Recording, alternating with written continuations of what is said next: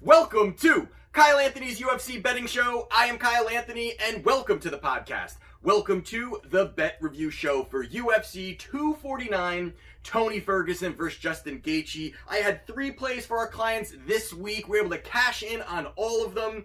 Right now I have a 17-1 run, plus 46.55% bankroll increase, 89% winner this year. So really seeing it, doing well, diving into my research, and it is definitely paying off. So let's dive into the 3 plays that the clients got. Talk a little bit about it, but again, we've got another event coming up on Wednesday and then one on Saturday again. So I'm kind of working through how I'm going to be doing this, when I'm going to release some plays. I have one play that I definitely like for Wednesday. Looking at a second play that I possibly will also release as well. Probably won't have any show. Maybe one on Wagertalk with Minty. Maybe doing one for Saturday here on the channel. So trying to figure a lot of that out, kind of how I'm going to work through all that. So we're going to see how that all goes. But we will talk about the 3 plays that we did have for last night.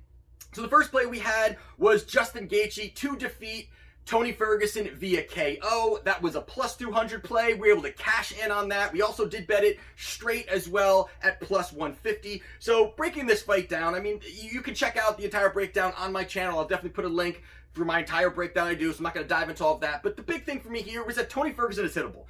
The one thing that I looked at consistently is that he's always hittable. He's been dropped by people like Anthony Pettis and, Kevin Lee, who do not possess that power that Gaethje has. He definitely does not have that power. So the thing that I liked was that forward pressure, the leg kicks, really, manipulating the movement of the leg kicks to the high strikes would be very tough for Ferguson. And I thought early in that fight, really Gaethje pressed too much. Gaethje was really looking for that big, quick knockout. He had said it that he kind of wanted to push that a little bit, but he really did a little too much, kept him out of position. He really, every time he would throw a strike, it gave opportunity for someone like Ferguson to do that awkward movement that he has, the awkward style that he has, that's very tough to really pick up. So really Gaethje being out of position early gave opportunities for Ferguson to kind of at least get out of the way or find opportunities to counter. And then I think he really started to get into that groove going into that middle of that fight to late of that fight, was where then he kind of sat in the pocket,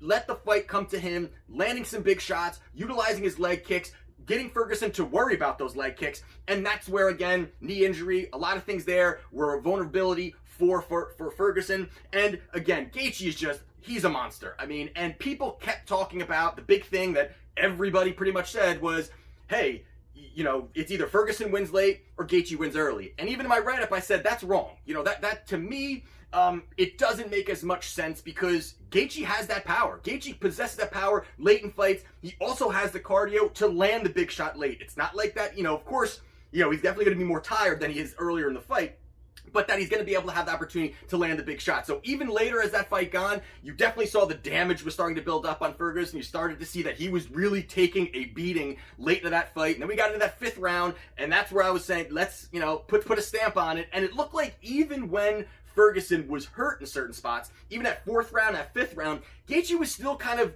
hesitant. He did not want any of these spinning back fists or some of these crazy moves that Ferguson has. So he definitely was playing a little bit, I guess more safe at a point, but then he ended up pouring it at the end and finally got that finish. We were able to cash in on the plus 200 play for the clients, and as well as our free play, which was Justin Gaethje to defeat him by plus 150 as well. So those plays we were able to cash in on. The other client play was Francis Ngannou to win via KO. That was minus 130.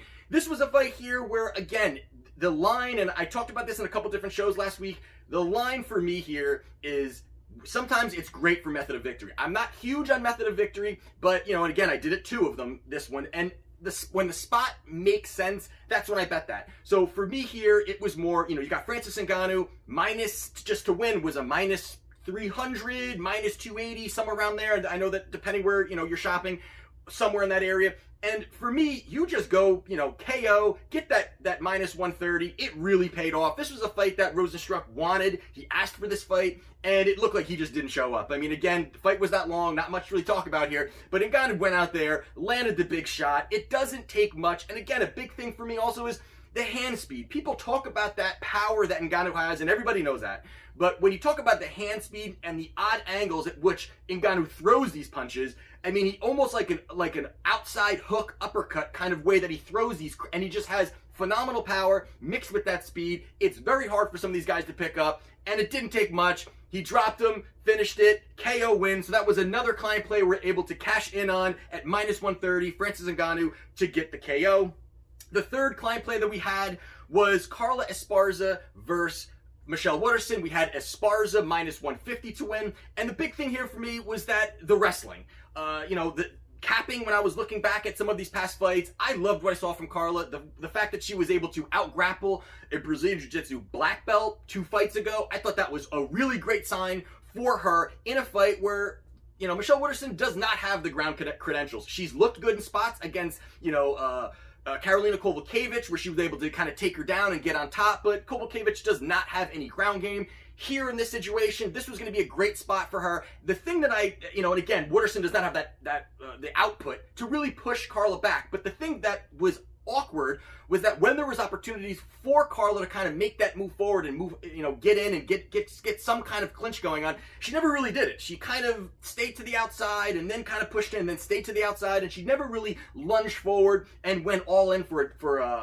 some kind of takedown, a double leg takedown, or just kind of get into a clinch. And then she finally committed to it late in that first and kind of moved forward. She kind of kept that kind of pressure going. But Waterson, to me, she just does not have that output. She's got a great skill level, obviously, but to me, it's just the output is so low for her, and she gives rounds away. And an opportunity in a fight that I knew would be kind of sloppy, this was even worse because there was points where no one was throwing any strikes at all, and they were kind of dancing around a little bit. But that was a spot where I thought that this would be great for Carla to kind of, win an ugly decision. She goes out there, she does get that decision victory for us. So we go 3-0 on the client plays. Again, 17-1 run right now, 89% winner overall for the clients, and as well as 46.55% bankroll increase. So it has been a phenomenal year so far. We did have as another play Jacare to defeat Uriah Hall. That one didn't happen, obviously, because Jacare has the virus, so hopefully everything pans out for him and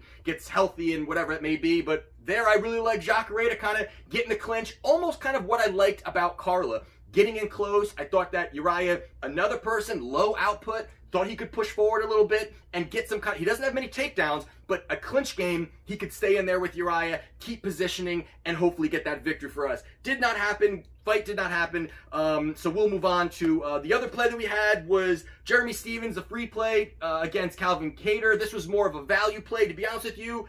I don't really even remember this fight. I think I drank a little too much last night, so I know that he lost. But again, we did go 3-0 on the client plays. Overall, having a great year, and I guess we'll, again, look to see when I'm going to release these plays. Again, I'm trying to see, again, I got one play, possibly 2, Monday or Tuesday will be released on Wagertalk, so definitely check that out on there. And then again, trying to figure out what shows I'm going to be doing or what free plays or kind of what I'm going to be doing moving into Wednesday's card and Saturday's card as well. So we've got a lot of UFC going on. Definitely check me out at Kyle Anthony UFC on Twitter. I appreciate everybody. They're getting a lot of direct messages on people sending me screenshots of money they've won and the picks and all these things. So it's always great. And again, we are on the same team. We're out there to beat the bookies. That is the point of this, and it's great to see that everybody's did very well last night, and we'll move on to the next show. We'll move on to the next card. So that is it. That's the bet review show, and I will see you on the next one. This is Kyle Anthony's UFC betting show, and I'll see you next time.